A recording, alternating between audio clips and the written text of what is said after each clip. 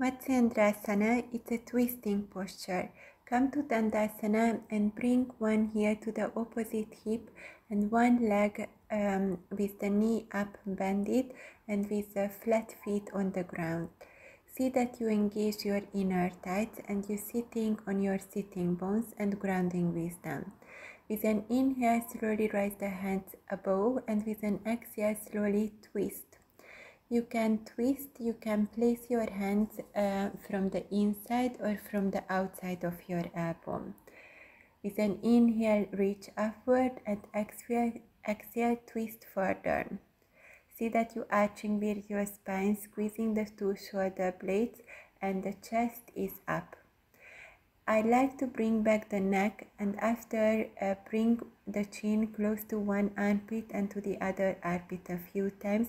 In this posture, it's very releasing for the back neck. And if you would like to do an advanced variation, then you can try to make a loop with your hands.